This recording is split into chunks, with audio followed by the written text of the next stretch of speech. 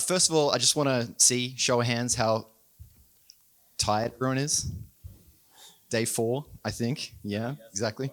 Yeah. It's a yes or no question. Raise your hands. Exactly. Cool. I hope everyone's enjoyed the conference so far. It's been a lot. Like these things always take a long time. But congratulations for getting through it. And I hope to see you guys at the party tonight. Cool. So sponsor session. We're going to talk a little bit about some stuff today. But just really quickly, we'll do introductions. So we work for.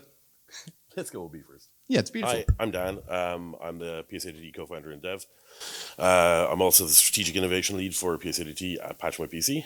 I am an Irishman who doesn't drink. Shifty. So don't trust me. And you can catch me on Blue Sky as well. And Ben. It's me. So I'm a PSADT contributor. I have contributed one thing. We made our pipelines really strong and resilient. I'm also the software engineer at Patch My PC. I'm an Australian who does drink, which is also a little bit questionable, so don't trust me.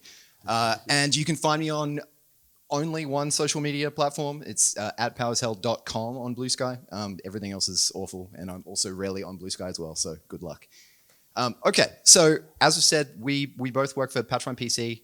What we've essentially done with PSADT is we've sort of taken it under our wing as a stewardship. PSADT is an open source project. It is free to use. It will always be free to use. The only sort of benefits of sort of coming in with us is like we genuinely believe in this solution, and we genuinely believe in the community behind it. So we just wanted to help pump it up as much as possible. So what are we gonna talk about today? Right, I'm gonna my slides were organized incorrectly, so I'll go back to the agenda. I just wanted to give a quick run through of what PSADT is. Talk about V4, which was launched in December. And also just give a little bit of info on what's coming next. I did have a whole bunch of demos that I was going to show off in here. And totally my own fault, I managed to break a whole bunch of stuff today. No reflection on what the team has been working on, but I broke a whole bunch of UI stuff. So my demos are going to be very, very limited and very skewed in one direction so that if I steer off course, I don't cause everything to break. Just firstly, how many people in here know what PSADT is? Have used it before? Okay, so there's still a bunch of people who are obviously here to win the PS5. We will do the draw at the end of the session, so you have to be here forever. Okay, so this is going to be a little bit slide heavy, but that's because I don't have the demos. So firstly, I'm just going to go through a little bit of an intro to what PSADT is. So it's an open source PowerShell framework for packaging applications. It provides a set of easy-to-use functions to simplify deployment tasks. It's a standardized way to do installs, uninstalls, and repairs. It helps you solve problems and provide solutions to real-world problems. And it's fully supported on any version of Windows. Some of the features, so it has standardized logging through all of its functions, and anytime you install an MSI or uninstall or repair, it's all done in CCM format. It has a UI that is completely brandable and localizable. So that's for managing any sort of prompt you might have. So closing applications, deferring an installation, and for reboots. It ensures applications are closed before updating, and it'll prevent them from being launched while they're actually being installed. So a good example there is if you want to make sure that the Office suite is shut down while you're doing an install of Office itself or of any of the Office, like let's say Office add-ins or things like that. It'll also do detection of PowerPoint presentation and coming soon, Teams or pretty much anything else. We detect whether the microphone is in use. So it won't actually try microphone. Yes. It won't actually do an install while you're actually giving a presentation. We can pull do uninstalls based on the application name, the publisher, version, or all three together. We can manage user files and registries from within the system account. So when you're running a deployment through SCCM or Intune, you're typically doing it under system credentials. We allow you to modify current user file or registry keys or all file or user registry keys. Or all user file or registry keys. We can also start processes as a current user or as any user. We will manage active setup So if you restart the machine and the user logs in for the first time, we can set up registry keys or set up tasks to happen at that point in time. We can pin applications to the start menu or to the taskbar, create shortcuts to go on the desktop, manage extensions for Edge. We can also cache installs locally to the hard disk. That's something that's really beneficial for Intune because SCCM used to do that. It'd cache all the installers locally, but Intune doesn't. So if you want to allow repairs or modifications to an MSI installer, you can cache them locally as well. I just want to quickly jump in. So, we're talking about all these features. Can I get a show of hands who's actually had to package and deploy software before? Everyone. Okay. So there were more people with their hands up that packaged software than there were that knew or have used PSADT. So like what I really want to stress on is that application packaging doesn't have standardization. And we're at a PowerShell conference. We understand that as soon as you have standardization, you can start doing amazing things. You can't automate things unless you know exactly what goes in, what comes out. So the goal of this is really to sort of have that layer on top of a complex ecosystem that's like near impossible to standardize to get you to a point where it's clean, and it just works all the time, right? When things don't work as well, incredible logging, all that sort of fun stuff. So I wanted to point that out. Everyone's had to deal with the pain of this. And if you haven't played around with PSADT, like go and give it a go because it's gonna improve things for you. Okay. It's the benefits of it are essentially that it's a very, very widely adopted standard. It's used by numerous large companies and governments, global financials, universities, hospitals, any sort of company you can think of is using this to package and deploy applications. It's very, very robust and it's been extremely well battle tested in organizations up to 1 million endpoints as far as I know. It's pretty widely adopted. For those of you who haven't used it before, or if you're pretty much new to PowerShell, it does reduce the learning curve for PowerShell scripting. You can go and learn how to use like get item and remove item and those sort of things, or we provide functions to just modify registry keys. So it makes life very, very easy for you. Of course, it helps you with learning PowerShell as well. So ultimately, you want to be learning not just how the toolkit does things, but how PowerShell does things itself. More importantly, it reduces the amount of packaging effort that you put into your deployment. So you can turn around like a new deployment script or a very, very highly customized deployment script for Adobe Reader in a matter of minutes. As well as that, it simplifies deployment troubleshooting. So we have standardized logging locations, we have standardized log files. They're all in SCCM or in CCM format. So it's very, very easy for you or your deployment techs to go and troubleshoot issues that might have happened during an install. There's a very extensive online support community, both on GitHub, Discord, Reddit, and we have discourse forums as well. And you can use as much or as little of it as you like. We provide a range of different functions, but you don't have to use them. You can just use your standard PowerShell if you want to. So rather than jumping straight into V4, it might be an idea to I think I'm just going to get a little bit dirty here, and I'm going to go and Demo time a little bit. So this is very, very off the hook. So I'm just going to go to the PSADT website. From here, we're going to go to our docs page and to our downloads. Where are we going here? Where is it? Download. There we go. Okay, so we can install it directly from the PowerShell gallery. I'm going to just download the latest release. So 406 is the latest version. And we'll pull this down.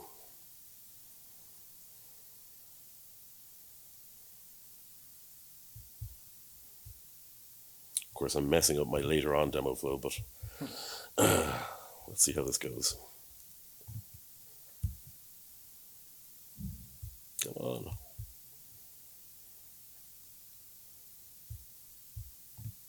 Is it finished? Nope.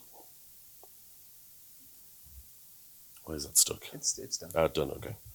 All right, so I'll fire up a new window here. into downloads. And first thing I'm going to do is import the module.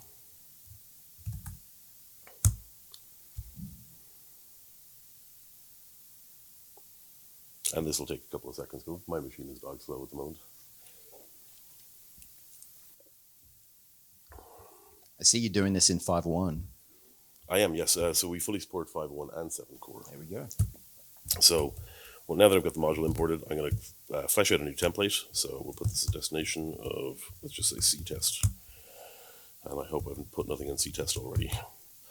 Okay, so I have basically what's now our laid out deployment structure. So here we have our invoke app deploy toolkit executable. We have our PowerShell script. We have assets, config, where we can change config settings. We have an extensions folder if you want to put in your own extensions to it. Strings where we can customize all the text, and support files is generally where you'll throw additional things like not an MSI. So from here, I'm going to just, let's see. I need to grab something to deploy. So do I have an MSI handy here? I should really have thought about this a little bit better before I started this. But let's say, where can I get an MSI quickly? 7-zip. 7-zip, good thinking. 7zip.org? Yep. Exes, where are the MSIs? Download page. Okay. So I'm just going to grab our MSI here. I'll go back to my CTest folder. And I'm going to throw this straight into files, okay? With nothing else running, I'll jump back to my PowerShell window. We can take a look at the PowerShell code here. And this is essentially, let's see here. So this is our main script. Within here, we have a section here for setting our vendor name version. We also have our install ADT deployment section, and this is essentially where we'll put in any PowerShell code that we want to. Right now, this is just very, very bog standard stuff. There's a pre-install, there's an install, post-install section, and there's the same for uninstall, pre-uninstall, post-uninstall, and repair. I'm not going to do anything with these right now. Instead, I'm just going to fire up the script directly. And this is going to kick into our zero config mode. So it's going to detect that I've made no changes to the MSI whatsoever. It's literally going to pick up the 7-zip name and details right from the MSI. I can immediately have like 3 different roles if I want, or I can just click install. And that's going to go off and do my install. So it'll have installed the MSI. I can take a look at the log folder, which is CU Windows Log Software.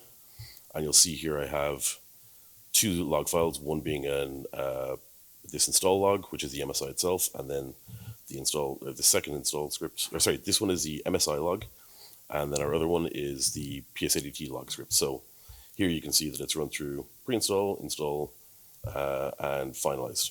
It's very, very simple, but it's essentially like gone and done my MSI install with a ton of additional logging and a UI baked around it with no other effort by me. So from there, we can start doing some really interesting things. We can, put in, let's say, 7zip.exe as an application to close beforehand. We can put in a restart at the end if we want, all with like one PowerShell command out. So that's just a quick demo of what you can do with PSADT. I'm going to jump back to my slides. So where are we gone here? Oop, over here. I've lost where it was. Yeah, you're on that one. All right. So we moved from version 3 to version 4 in December of last year. That was a huge, huge upgrade. We moved from basically being a standalone PowerShell script that we dot-sourced to being a code sign module. And Ben is kind of responsible for the setting up the pipelines there, so that was his. That was my contribution. If you've used V3 before, we've essentially put in a lot of compatibility layers. So your existing V3 scripts get migrated over and work. The existing V3 scripts will run completely as is through a compatibility layer that we've built in. As well as that, we also have psadt.tools, which is a second module that will handle migrations from 3 to 4. So you can either use your existing scripts and without any changes, just drop them into the module. They'll work as is. That's useful for if you basically want to, if your change management is a bit sticky about like making changes in your environment, you won't have basically made any changes to your script at all, but you can move to the new backend module. If you do want to do the actual change and take advantage of the new UI, you can just do the migration using the psadt tools module. It's been completely redesigned in terms of the UI. You saw there that was the new V4 UI. I'll show you the difference between them in a second. It supports PowerShell 7 and ARM64. We also provide the ability to mount and dismount WIM files. There's been significant upgrades to how application find and uninstall is done. It operates now entirely in strict mode, V3. The module does. Your scripts don't have to. So you can keep running them in without you running script mode, but we will definitely run in V3. And it is still 100% free and 100% open source. Just in terms of what it did look like and what it now looks like. So V3 was, very XP look and feel. It's fine. It was essentially 11, 12 years old before we moved to V4. And the thing is, it's been in use for a very, very long time by a lot of very, very big companies. The whole idea was enterprise stability. So moving to V4 was like a major, major deal. Lots of change in moving to the module and all that. But stability is still our kind of rock solid focus. We've moved to a more, we still preserve the V3 UI for what we're calling classic. And we have Fluent UI as our new UI for V4. And so, that's kind of V4 in a nutshell. Now, V4.1 is what we're currently working on and have been working on since December. We're hoping to release that probably within the next month or so. We have some very big plans for this. So, we've completely rewritten the start ADT process code. There's basically been a lot of C# that's been in the back end that's been rewritten. We've switched from using pinvokes to using CS132. The overall project size has been reduced by about 50%, but the actual start ADT process code itself has been heavily refactored and refined. It's actually been replaced entirely. We had some issues with start ADT process as user in V4. That's been fixed, and that leverages all the new start ADT process code. But this is all in a lot of kind of work that's been done in order to achieve our bigger goal, which is we're moving all the UI code execution to run in the current user context. And we're going to be using .NET remoting for IPC between the main process which runs the system, because every deployment you do is going to execute a system from SCCM or from Intune. But the idea is that we spawn a separate process that runs in the current user context. And we want to effectively deprecate the need for Service UI. So if you don't know, Service UI is a Microsoft tool that came out as part of MDT at some point in time. And if you've ever tried to do a deployment where you interact with the end user on Intune, you know what Service UI is because you can't do it without it. And there has been no other tool that I'm aware of since that allows you to execute in the current user context while running a system. So this is going to be a huge, huge, huge step forward in terms of how deployments are done, we hope. Other things are we're doing some, when we released V4, we didn't exactly have user or feature parity with the classic UI. We're changing that and we're bringing back a number of things that we had before. So we had a countdown of the welcome dialog where we closed down apps, and we didn't bring that forward with V4 due to a lot of feedback. We've decided to bring that back. We've also brought back deferral deadlines. So instead of just having a number of times that you could defer, you can now defer by date or by a number of days.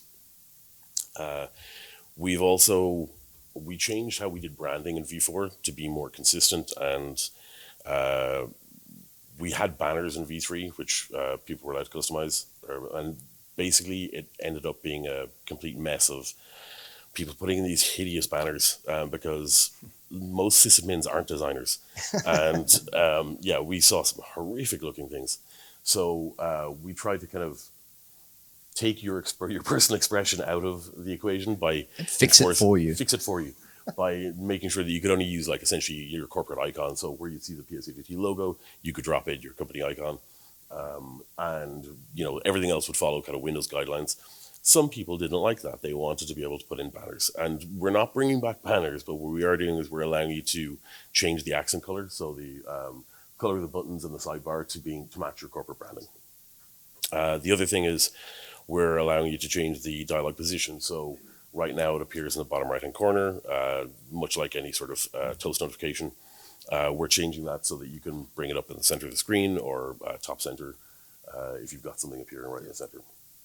So Dan, we were having a conversation earlier in the week before you came down with your sickness about how complicated it was to get to this point to have the UIs look as nice as they do because of the sort of legacy support that we have to have in such a battle-hardened platform. If it doesn't interrupt you too much, I'd really like you to just share with that, like why this was so complicated to get it nice and shiny. Most of it was down to Microsoft and not having decent support for WinUI on actually at all really for the longest time. WinUI was the only way of doing things, and that doesn't work with WPF, which is the only way you could do PowerShell, or the only way that PowerShell could actually interact with the desktop. So you had WinForms, you had WPF. Both of those look ugly as hell unless they're skinned in some way, shape, or form.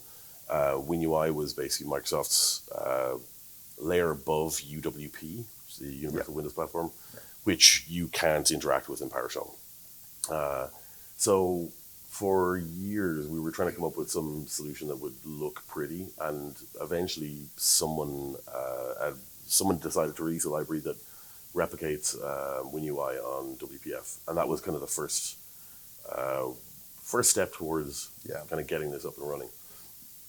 It's still actually not possible to do that directly from PowerShell, so we actually have an intermediary DLL that we're building in C# to do the UI, and then we actually instantiate that in order to get our dialogues up. But yeah, doing UI from PowerShell is actually notoriously difficult. Yeah, I've seen some incredible implementations of very ugly UIs from PowerShell. Just to echo the sometimes we aren't all artists. Our code is art, but sometimes we need a little help. So I'm really impressed with how nice this all looks, considering the limitations you had. So yeah, it's been a struggle. In fact, actually, even just getting from like in the last day or two, I've had a bunch of changes for v4.1 kind of in tow, and once I take it out of my test harness and try and bring it into PowerShell, everything falls apart, and I'm like, great. So we're trying to architect a number of solutions. It's one of the reasons why I can't kind of demo stuff as much as I'd like to right now. What I am going to just show you is very quickly. Come on. So let's take a look at 4.1 for a second. Oh, I am too.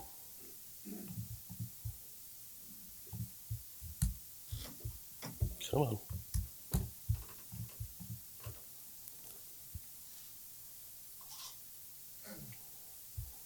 All right. So let's just bring up 4.1. So this is a very simple script. I'm using Nano here because I'm old school. Linux nerd. Yeah, a little bit. But it does do PowerShell code highlighting. So in this script, I have just MS Edge as close processes. I have a close process countdown of 70. And I'm just going to fire up my script and pray this works.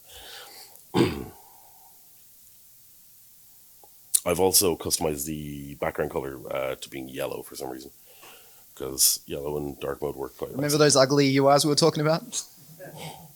Well, yeah, but you can't make it ugly. That's the good thing.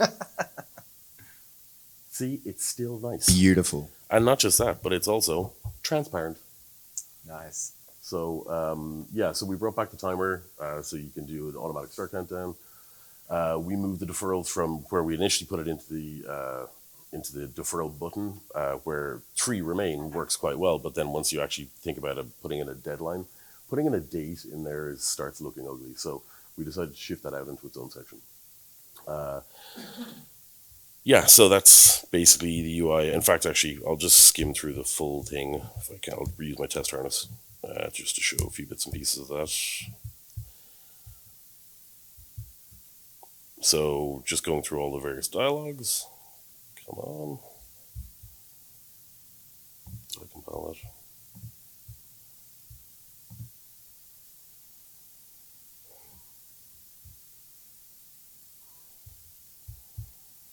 Yeah.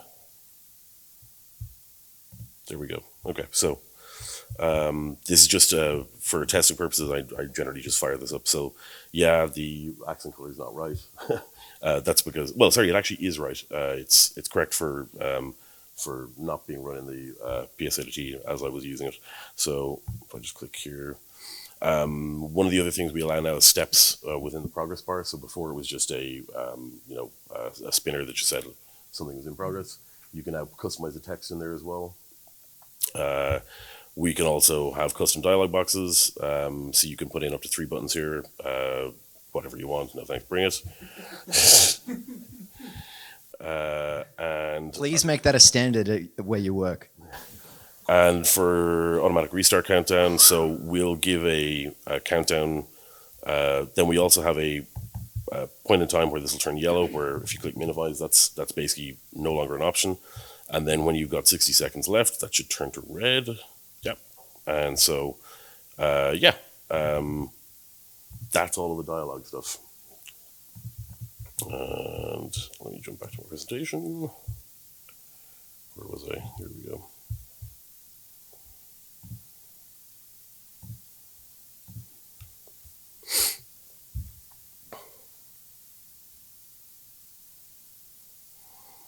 Okay, so other changes, some interesting things.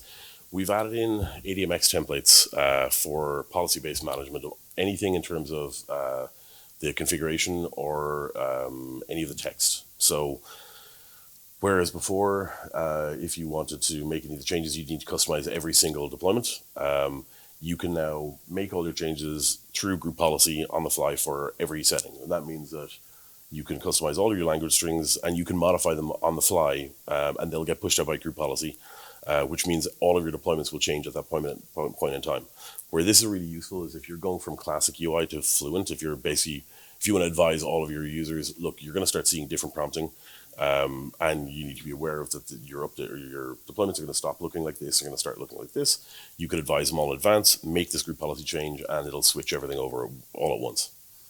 You can also do things like enforce your logging to go to all the same location, be it like, let's say, the Intune log folder, which means that it gets picked up when you do log collection. Any of the settings that you want to change for across the board, like global settings, you can do through the ADMX templates.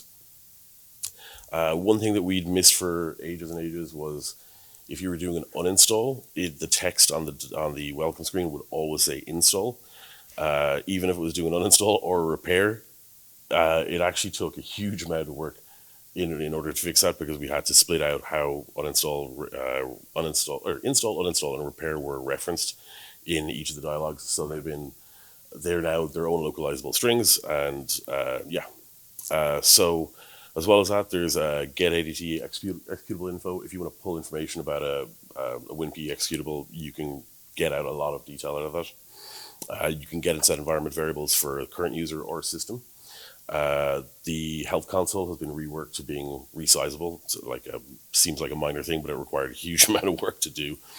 And in general, there is hundreds, thousands actually. There's been nearly 4,000 commits since V4, I think. There is just a huge amount of work that's been done on getting V4 and 1 solid and stable. So, if you haven't already gotten PSADD, you can grab a copy at psappdeploytoolkit.com, or that's a QR code. And that is the prompt for questions. All right. We have finished a little bit early, but I think we're just going to give you your time back. It is the last day. If anyone does have any more questions, we're going to be at the booth packing down, but like come and annoy us and ask as many questions as you have. Cool. Thanks for watching.